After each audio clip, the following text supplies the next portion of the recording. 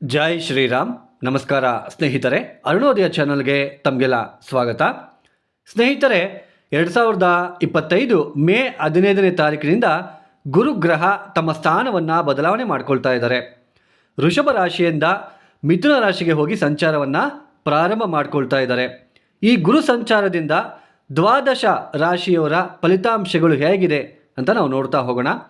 ಅದಕ್ಕೂ ಮುನ್ನ ಸ್ವಲ್ಪ ಕಿವಿ ಮಾತನ್ನು ಹೇಳ್ತೇನೆ. ಸ್ನೇಹಿತರೆ, ದಯವಿಟ್ಟು ತಪ್ಪಾಗಿ ತಿಳ್ಕೊಳೋದಕ್ಕೆ ಹೋಗಬೇಡಿ, ಅಥವಾ ಕೊರಿತಾ ಇದ್ದಾನೆ ಅಂತ ಮಾತ್ರ ಅಂದ್ಕೊಳ್ಳೋದಕ್ಕೆ ಹೋಗಬೇಡಿ.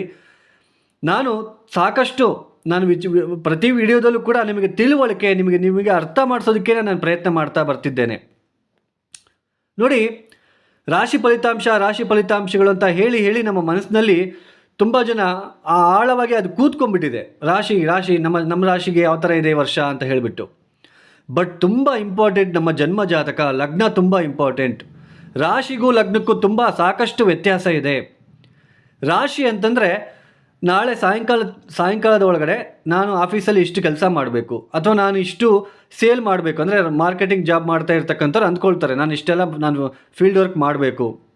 ಅಥವಾ ನಾನು ಏನಾದರೂ ಕೆಲಸ ಯಾವುದಾದ್ರೂ ಚಿಕ್ಕ ಕೆಲಸ ಮಾಡ್ತಾ ಇರ್ತಕ್ಕಂಥವ್ರು ಕೂಡ ನಾನು ನಾಳೆ ಸಾಯಂಕಾಲದೊಳಗಡೆ ಏನೋ ಒಂದು ಪ್ಲ್ಯಾನ್ ಮಾಡ್ಕೊತಾರೆ. ಅದನ್ನು ನಾವು ರಾಶಿ ಅಂತ ಕರಿತೀವಿ. ಜಸ್ಟ್ ಪ್ಲ್ಯಾನ್ ಮಾತ್ರ ಮಾಡ್ಕೊತೀವಿ ನಾವು. ಅದು ವರ್ಕೌಟ್ ಆಗುತ್ತಾ ಇಲ್ವೋ, ಅಥವಾ ಅದು ಪೂರ್ತಿ ಪ್ರಮಾಣದಲ್ಲಿ ನಾವು ಸಾಧನೆ ಮಾಡಿ ತೋರಿಸ್ಬೇಕಲ್ವ, ಅದು ಲಗ್ನ. ಅದಕ್ಕೆ ನಾವು ದಶಾಭುಕ್ತಿ ಅಂತ ಕರಿತೀವಿ. ಒಂದೊಂದು ಗ್ರಹ ದಶನೂ ಕೂಡ, ಕೇತು ಮಹಾದಶ ಇರುತ್ತೆ, 7 ವರ್ಷ ಇದೆ. ಸೂರ್ಯ ಮಹಾದಶ 6 ವರ್ಷ ಇದೆ. ಕುಜ ಮಹಾದಶ 7 ವರ್ಷ ಇದೆ. ಚಂದ್ರ ಮಹಾದಶ 10 ವರ್ಷ ಇರುತ್ತೆ. ಈಗ ಯಾವುದಾದ್ರೂ ಒಂದು ಗ್ರಹ ತುಂಬ ಬಲಹೀನ ಸ್ಥಿತಿಯಲ್ಲಿದ್ದಾಗ 6 ವರ್ಷ 10 ವರ್ಷ ಕಷ್ಟಪಡಲೇಬೇಕು. ದಶಾಭುಕ್ತಿ ತುಂಬ ಇಂಪಾರ್ಟೆಂಟು. ನೀವು ತುಂಬ ಒಂದು ವಿಡಿಯೋದಲ್ಲಿ ನೋಡ್ತಾ ಇರ್ತೀರ, ಈ ರಾಶಿಯವರಿಗೆ ಗುರುಬಲ ಬಂತು, ಕೋಟಿಗಟ್ಟಲೆ ಸಂಪಾದಿಸ್ತಾರೆ. ಅದು ತುಂಬ ಸುಳ್ಳು ಸ್ನೇಹಿತರೆ. ಯಾಕೆಂದರೆ ನೋಡಿ, ನನ್ನ ಹೆಸರು ಬಂದುಬಿಟ್ಟು ಮಹೇಶ್. ಈಗ ಮಹೇಶ್ ಅಂತಕ್ಕಂಥವ್ರು ಎಷ್ಟು ಜನ ಇರ್ತಾರೆ ಲೆಕ್ಕ ಹಾಕ್ಕೊಳ್ಳಿ, ಲಕ್ಷಾನುಗಟ್ಟಲೆ ಇರ್ತಾರೆ. ಎಲ್ಲರಿಗೂ ಒಂದೇ ಥರ ಫಲಿತಾಂಶಗಳು ಇರುತ್ತಾ? ಮಹೇಶ್ ಅಂತಕ್ಕಂಥವ್ರು ಕೆಲವರು ದೊಡ್ಡ ಡಾಕ್ಟ್ರುಗಳಾಗಿದ್ದಾರೆ, ದೊಡ್ಡ ಇಂಜಿನಿಯರ್ಗಳಾಗಿದ್ದಾರೆ. ಸೊ ಎಲ್ಲರಿಗೂ ಒಂದೇ ಥರ ಫಲಿತಾಂಶಗಳು ಇರುತ್ತಾ? ಕೂಲಿ ಕೆಲಸ ಮಾಡೋರು ಇದ್ದಾರೆ, ರೈತರು ಕೂಡ ಇದ್ದಾರೆ ಆ ಹೆಸರಿನವರು. ತುಂಬ ಕಷ್ಟಪಡೋರು ಇದ್ದಾರೆ. ಯಾಕೆಂದರೆ ಅವರವರ ಜನ್ಮ ಜಾತಕ ತುಂಬ important. Date of birth, timings compulsory ಇರಬೇಕು. ನೋಡಿ, ಈಗ ದಶಾಭುಕ್ತಿ ಚೆನ್ನಾಗಿಲ್ಲ ಅಂತ ಇಟ್ಕೊಳ್ಳೋಣ.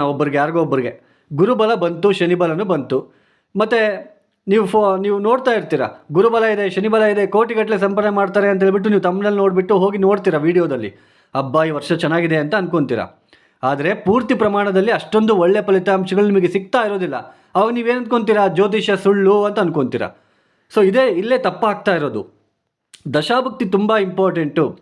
ದಶಾಭುಕ್ತಿ ಚೆನ್ನಾಗಿಲ್ಲ ಅಂತಂದರೆ, ಇಲ್ಲಿ ಗುರುಬಲ ಶನಿಬಲ ಇದ್ದಾಗ ಯಾವ ಥರ ಫಲಿತಾಂಶಗಳು ಯಾವ ಥರ ಇರುತ್ತೆ ಅಂದರೆ, ಯಾವ ಥರ ಸ್ಥಿತಿಗತಿಗಳು ಅಂದರೆ, ಬೇಸಿಗೆ ಕಾಲದಲ್ಲಿ ಮಳೆ ಬಂದು ಹೋದಾಗೆ ಇರುತ್ತೆ. ಇದನ್ನು ನೀವು ಅರ್ಥ ಮಾಡ್ಕೊಳ್ಳಿ. ಅಂದರೆ ಬೇಸಿಗೆಯಲ್ಲಿ ಮಳೆ ಬಂದಾಗ ಏನಾಗುತ್ತೆ? ಉಪಯೋಗಕ್ಕೆ ಬರಲ್ವಲ್ಲ, ಜಸ್ಟ್ ಯಾವಾಗಲೂ ಒಂದು ಸಲ ಬರುತ್ತೆ, ಅದು ಬೇಗನೆ ಒಣಗೋಗ್ಬಿಡುತ್ತೆ ಆ ತೇವ. ಸೊ ಇದನ್ನು ನಿಮಗೆ ಅರ್ಥ ಮಾಡಿಸ್ಬೇಕು ಅನ್ನೋ ಉದ್ದೇಶದಿಂದ ನಾನು ನಿಮಗೆ ಹೇಳ್ತಾ ಬರ್ತಾ ಇದ್ದೇನೆ. ದಶಾಭುಕ್ತಿ ತುಂಬ ಇಂಪಾರ್ಟೆಂಟ್ ಸ್ನೇಹಿತರೆ.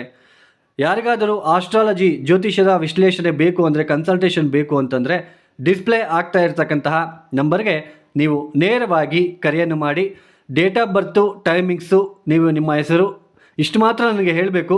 ದಯವಿಟ್ಟು ಕಾಮೆಂಟ್ ಬಾಕ್ಸಲ್ಲಿ ಮಾತ್ರ ಡೇಟ್ ಆಫ್ ಬರ್ತ್ನ ಕಳಿಸ್ಬೇಡಿ. ಇದರಿಂದ ನೋ ಯೂಸ್ ಇರುತ್ತೆ, ಯೂಸೇ ಇರೋದಿಲ್ಲ. ಅರ್ಥ ಆಗ್ತಿದೆಯಾ? ಸೊ ನಿಮಗೆ ಫೋನ್ ಮಾಡಿ, ಫೀಸ್ ಇರುತ್ತೆ, ಚಿಕ್ಕದಾಗಿ ಫೀಸ್ ಇರುತ್ತೆ, ನಾನು ಜಾಸ್ತಿ ತೊಗೊಳೋದಿಲ್ಲ. ಮತ್ತು ನೀವೇ ಕಷ್ಟಪಟ್ಬಿಟ್ಟು ಪರಿಹಾರ ಮಾಡ್ಕೋಬೇಕು.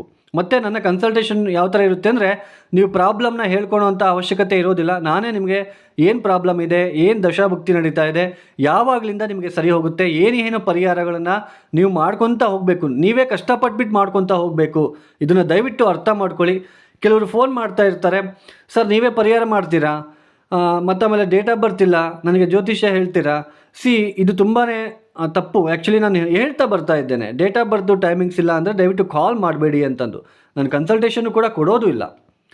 ಸೊ ಅರ್ಥ ಮಾಡ್ಕೊತೀರಾ ಅಂತ ಅಂದ್ಕೊಳ್ತಾ ಇದ್ದೀನಿ. ಹಾಗಾದರೆ ಒಂದೊಂದು ರಾಶಿ ಬಗ್ಗೆ ತಿಳ್ಕೊತಾ ಹೋಗೋಣ.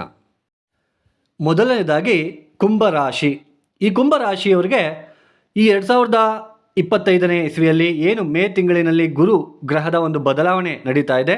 ಅಂದರೆ ವೃಷಭ ರಾಶಿಯನ್ನು ಬಿಟ್ಟು ಮಿಥುನ ರಾಶಿಗೆ ಹೋಗಿ ಏನು ಸಂಚಾರವನ್ನು ಮಾಡ್ತಾ ಇದ್ದಾರೆ, ಇಲ್ಲಿ ಯಾವ ತರಹದ ಸ್ಥಿತಿಗತಿಗಳು ಇರುತ್ತೆ ಇನ್ನು ಮುಂದಕ್ಕೆ ಕುಂಭರಾಶಿಯವರಿಗೆ ಅಂತ ನೋಡೋಣ. ಸಾಕಷ್ಟು ದಿನಗಳಿಂದ ಕುಂಭರಾಶಿಯವರು ನಾನಾ ವಿಧದಲ್ಲಿ ತುಂಬಾ ನೋವು ಪಡ್ತಾ ಬರ್ತಾ ಇದ್ದಾರೆ. ಹಣಕಾಸಿನ ವಿಚಾರದಲ್ಲಾಗಿರ್ಬೋದು, ಕುಟುಂಬದ ವಿಚಾರದಲ್ಲಾಗಿರ್ಬೋದು, ಕೆಲಸದ ವಿಚಾರದಲ್ಲಾಗಿರ್ಬೋದು, ಮಾಡ್ತಕ್ಕಂತಹ ಏನೇ ಒಂದು ಕೆಲಸ ಆಗಿರ್ಬೋದು, ತುಂಬಾ ಹಿನ್ನಡೆಯನ್ನು ಅನುಭವಿಸ್ತಾ ಬರ್ತಾ ಇದ್ದಾರೆ. ಅದು ಅಲ್ಲದೆ 2024ನೇ ಇಸ್ವಿಯಲ್ಲಿ ಅರ್ಧಾಷ್ಟಮ ಗುರುವಿನ ದೋಷ ಕೂಡ ಇತ್ತು. ಕೆಲಸ ಜಾಸ್ತಿ, ಪ್ರತಿಫಲ ಕಡಿಮೆ, ಮನೆಯಲ್ಲಿ ಸುಮ್ಮನೆ ಕಿರುಕುಳ, ಮನೆಯಲ್ಲಿ ಸುಮ್ಮನೆ ಜಗಳ ಆಡೋದು, ಮನಃಶಾಂತಿ ಇಲ್ಲದೆ ಇರ್ತಕ್ಕಂಥದ್ದು, ಈ ಥರದ ಸಾಕಷ್ಟು ನೋವುಗಳನ್ನು ಅನುಭವಿಸ್ತಾ ನೀವು ಬಂದಿದ್ದೀರಾ. ಆದರೆ ದಶಾಭುಕ್ತಿ ಕೂಡ ತುಂಬ ಇಂಪಾರ್ಟೆಂಟು, ಮತ್ತು ಅಷ್ಟಕ ವರ್ಗ ತುಂಬ ಇಂಪಾರ್ಟೆಂಟು. ಗುರು ಇವಾಗ ಮಿಥುನ ರಾಶಿಗೆ ಹೋಗಿ ಸಂಚಾರವನ್ನು ಮಾಡ್ತಾ ಇದ್ದಾರೆ. ಅಲ್ಲಿ ಅಷ್ಟಕವರ್ಗ ಬಿಂದುಗಳು ಎಷ್ಟು ಕೊಟ್ಟಿದ್ದಾರೆ ಅನ್ನೋದು ತುಂಬ ಇಂಪಾರ್ಟೆಂಟ್ ಸ್ನೇಹಿತರೆ. ಇದನ್ನು ನೀವು ಅರ್ಥ ಮಾಡ್ಕೋಬೇಕಾಗುತ್ತೆ. ಈಗ ಗುರು ಪಂಚಮ ಭಾವಕ್ಕೆ ಬರ್ತಾ ಇದ್ದಾರೆ. ಪಂಚಮ ಭಾವಕ್ಕೆ ಬಂದಾಗ ನಿಮ್ಮ ದಶಾಭುಕ್ತಿ ಕೂಡ ಏನಾದರೂ ಚೆನ್ನಾಗಿದ್ದರೆ, ನಿಮ್ಮ ಜನ್ಮ ಜಾತಕದಲ್ಲಿ ದಶಾಭುಕ್ತಿ ಕೂಡ ಏನಾದರೂ ಚೆನ್ನಾಗಿದ್ದರೆ ಇದು ತುಂಬ ಉತ್ತಮವಾದ ಸಮಯ ಆಗಿರುತ್ತೆ. ಯಾಕೆಂದರೆ ಗುರುಬಲ ಪ್ಲಸ್ ದಶಾಭುಕ್ತಿ ಕೂಡ ನಿಮಗೆ ಚೆನ್ನಾಗಿದೆ, ತುಂಬ ಚೆನ್ನಾಗಿರುತ್ತೆ. ಸಾಮಾನ್ಯವಾಗಿ ಗುರುಬಲ ಬಂದಾಗ ಆರ್ಥಿಕ ಸ್ಥಿತಿಗತಿಗಳು ನಿಮಗೆ ಸುಧಾರಿಸ್ತಾ ಹೋಗುತ್ತೆ. ಒಳ್ಳೆ ಉದ್ಯೋಗ ಸಿಗ್ತಕ್ಕಂತಹ ಸಾಧ್ಯತೆಗಳು, ಸಂತಾನ ಆಗದೇ ಇರತಕ್ಕಂಥವ್ರಿಗೆ ಸಂತಾನ ಆಗುವ ಲಕ್ಷಣಗಳು ಈ ಕುಂಭರಾಶಿಯವರಿಗೆ ಈ ವರ್ಷ ಕಂಡು ಬರ್ತಾ ಇದೆ. ಮಾಡ್ತಕ್ಕಂತಹ ಪ್ರತಿ ಕೆಲಸದಲ್ಲೂ ಕೂಡ ನಿಮಗೆ ವಿಜಯ ಪ್ರಾಪ್ತಿ ಆಗ್ತಕ್ಕಂತಹ ಸಾಧ್ಯತೆಗಳು ಹೆಚ್ಚಾಗಿ ಕಂಡು ಬರ್ತಾ ಇರುತ್ತೆ. ಸಮಾಜದಲ್ಲಿ ನಿಮಗೆ ಒಂದು ರೆಕಗ್ನೈಸೇಷನ್, ನಿಮಗೆ ಒಂದು ಹೆಸರು ಗಳಿಸ್ತಕ್ಕಂಥದ್ದು, ಕೀರ್ತಿ ಗಳಿಸ್ತಕ್ಕಂತಹ ಒಂದು ಸಾಧ್ಯತೆಗಳು ಕೂಡ ಕಂಡು ಬರ್ತಾ ಇರುತ್ತೆ. ಸ್ವಲ್ಪ ಕಂಕಣ ಭಾಗ್ಯನೂ ಕೂಡ, ಅಂದರೆ ಮದುವೆ ಆಗದೇ ಇರತಕ್ಕಂಥವ್ರಿಗೂ ಕೂಡ ಸ್ವಲ್ಪ ಕಂಕಣ ಭಾಗ್ಯ ಬರುವ ಸಾಧ್ಯತೆಗಳು ಕೂಡ ಈ ವರ್ಷ ಕಂಡು ಬರ್ತಾ ಇರುತ್ತೆ. ಆದರೆ ನಿಮ್ಮ ಒಂದು ದಶಾಭುಕ್ತಿ ತುಂಬ ನೋಡ್ಕೋಬೇಕು. ಅಲ್ಲಿ ಉತ್ತಮವಾಗಿದ್ದರೆ ಮಾತ್ರ ಕಂಕಣ ಭಾಗ್ಯಕ್ಕೆ ಈ ಒಂದು ಗುರುವಿನ ಏನಿದೆ, ಗುರುಬಲ ಕೂಡ ಬಂದಿದೆ, ದಶಾಭುಕ್ತಿ ಕೂಡ ಚೆನ್ನಾಗಿದ್ದರೆ ಖಂಡಿತ ಮದುವೆ ಆಗುವ ಒಂದು ಸಾಧ್ಯತೆಗಳು ಈ ವರ್ಷದಲ್ಲಿ ಕಂಡು ಬರ್ತಾ ಇರುತ್ತೆ. ಈ ಕುಂಭರಾಶಿಯವರಿಗೆ ಈ ವರ್ಷ ಗುರುಬಲದಿಂದ ಸಾಕಷ್ಟು ಬದಲಾವಣೆಗಳು ಆರ್ಥಿಕ ವಿಚಾರದಲ್ಲಿ, ಉದ್ಯೋಗದ ವಿಚಾರದಲ್ಲಿ ನೀವು ನೋಡಬಹುದು ಸ್ನೇಹಿತರೆ. ಆದರೆ ದಶಾಭುಕ್ತಿ ತುಂಬ ಮುಖ್ಯವಾಗಿರ್ತಕ್ಕಂತಹ ಅಂಶ ಆಗಿರೋದ್ರಿಂದ ನಿಮ್ಮ ದಶಾಭುಕ್ತಿ ನೋಡ್ಕೋಬೇಕಾಗುತ್ತೆ. ಮತ್ತು ಈ ಒಂದು ಏನು ಇಷ್ಟು ದಿನ ನೋವುಪಟ್ಟಿದ್ದೀರಾ, ಅವಮಾನ ಅನುಭವಿಸಿರ್ತೀರ, ಮನೆ ಕಟ್ಟೋಕ್ಕಾಗಿರೋದಿಲ್ಲ, ಮನೆ ಕಟ್ಟಬೇಕಾದ್ರೆ ತುಂಬ ಅಡ್ಡಿ ಆತಂಕ ಬಂದುಬಿಟ್ಟು ಅದು ಅರ್ಧಕ್ಕೆ ನಿಂತೋಗಿರುತ್ತೆ. ಈಗ ಅದು ಪೂರ್ಣ ಆಗುವ ಸಮಯ ಬಂದಾಗಿದೆ ಅಂತಲೇ ಹೇಳಬಹುದು. ಯಾವುದೇ ಕೆಲಸಕ್ಕೆ ಕೈ ಹಾಕಿದರೂ ಕೂಡ ನಿಮಗೆ ಅದು ವಿಜಯ ಸಿಗ್ತಾ ಹೋಗುತ್ತೆ, ಸಕ್ಸಸ್ ಆಗ್ತೀರಾ ಅಂತಲೇ ಹೇಳ್ಬೋದು ಈ ವರ್ಷ ಕುಂಭರಾಶಿಯವರಿಗೆ. ಒಟ್ಟಾರೆಯಾಗಿ ಗುರುವಿನ ಕೃಪೆ ಮತ್ತಷ್ಟು ನೀವು ಹೆಚ್ಚಿಸ್ಕೊಳ್ಳೋದಕ್ಕೆ ದಕ್ಷಿಣಾಮೂರ್ತಿ ಆರಾಧನೆ, ರಾಯರ ಆರಾಧನೆ ಮಾಡ್ತಾ ಇರಬೇಕಾಗುತ್ತೆ. ಮತ್ತು ಸಿಹಿ ಲಡ್ಡುವಿನ ಏನು ಲಡ್ಡು ಬರುತ್ತೆ ಗೊತ್ತಾ ನಿಮಗೆ, ಆ ಲಡ್ಡುವನ್ನು ದಕ್ಷಿಣಾಮೂರ್ತಿ ದೇವಸ್ಥಾನ ಅಥವಾ ರಾಯರ ದೇವಸ್ಥಾನದಲ್ಲಿ ಗುರುವಾರ ಹಂಚಲಿಕ್ಕೆ ಪ್ರಯತ್ನ ಮಾಡಿ. ಮತ್ತಷ್ಟು ಗುರುವಿನ ಅನುಗ್ರಹ ನಿಮಗೆ ಸಿಗ್ತಾ ಹೋಗುತ್ತೆ. ಒಟ್ಟಾರೆಯಾಗಿ ಕುಂಭರಾಶಿಯವರಿಗೆ ಈ ವರ್ಷ ಸಾಕಷ್ಟು ಉತ್ತಮವಾದ ಬೆಳವಣಿಗೆ ಇದೆ.